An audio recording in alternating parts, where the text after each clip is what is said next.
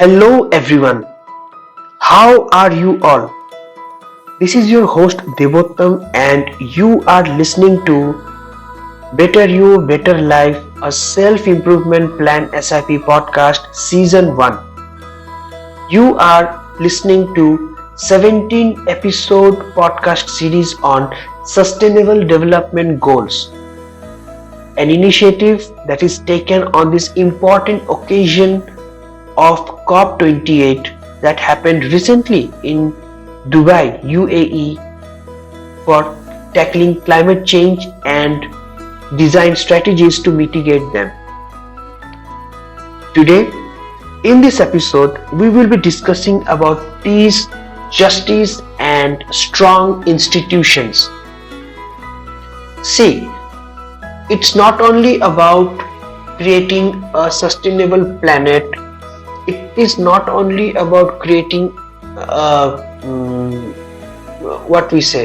thriving environment where youngsters or future generations will have a better life, but it also about governance, ensuring that the direction of sustainability is peaceful and it is justifiable for everyone. That's my dear friends. What goes through your mind when you see a couple fighting over a cup of coffee? Or let me ask some other questions like, what do you feel when the innocent people are killed in a conflict? The recent Ukraine-Russia conflict or the Gaza-Israel-Hamas war. How do you deal with injustice? Can you allow your family to roam on the roadside freely during midnight hours? Of course, if you think that you are powerful or if you think that this world is a beautiful place, can you ensure the safety of your parents and children? For God's sake, if anything bad, anything evil happens to you, who will look after you? If anything unfortunate happens, does these kind of thoughts ever disturbs you? That's, my dear friends, is the essence of today's episode. We are discussing about Sustainable Development Goal number 16 that talks about peace, justice and strong institutions. When powerful people collide with each other for whatever reason, it is the powerless ones that suffers the most to the extreme limit. With power comes responsibility, and one needs to value it and exercise it responsibly. Power is very addictive. Sorry for my mistake. A small statistic will give you a glimpse of why power is so addictive. 90% of people in this world are suffering from some sort of problem because of the remaining 10% powerful people. There is no fixed statistic to prove it. There comes the need to learn and appreciate these sustainable development goals. Let us try to imagine a world where everything like Amira, a young advocate for peace and justice, works together to build a more equitable and secure world. She is from Sudan. By the year 2030, United Nations have committed to promote peaceful and inclusive societies, provide access to justice for all, and build effective and accountable and inclusive institutions. It's a heavy statement, right? But to implement this goal, how do we create a world where everyone lives without fear and has access to justice? Even today, you see in India, like the number of rapes are happening against women and men are leading globally. The gun crime The crime through guns are happening in United States tops the chart globally.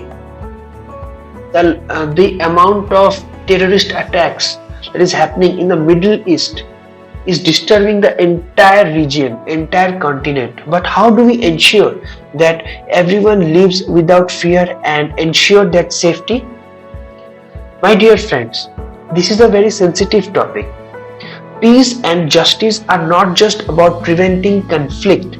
They are about creating societies where everyone's rights are protected and upheld. Do you think that your right will be defended by somebody else? No. Your right have to be defended or exercised by you only. That conflicts and injustice that are happening across the societies today leads to disruption of lives, disruption of individuals leading their normal life. It backtracks development. You see, in the societies where conflict is a very normal and obvious thing, those societies are never developed. They are never able to come out of that axis to think something advanced meant for their future, and it breeds inequality. Because of this inequality, insurgencies are promoted, and that is the root cause of worldwide conflict in today's date. Let us try to meet one of our leads, Amira, who, a young advocate, grew up in a region affected by regional conflict and insecurity. She witnessed the toll it took on her community and has decided to take a stand. Amira mobilized few like-minded individuals from her community and also able to convince few organizations who worked on initiatives to promote peace and justice. She encouraged dialogue, supported vulnerable populations, and advocated for fair legal systems. Amira's efforts led to reduced conflict, increased access to justice, and a more secure and equitable community in her locality in next 5 to 7 years. For that, she has to sacrifice her individuality pathetically. So what you can learn from Amira's story?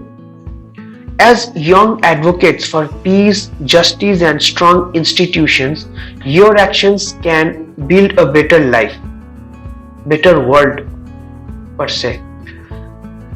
We are not asking you to join army or go for military training or to take stand taking law and order into your own hands. No. It's all about some simple action and some sort of awareness which ensures you and your safety as well as your family members. Try to support organizations and volunteer in initiatives working on promoting peace and justice.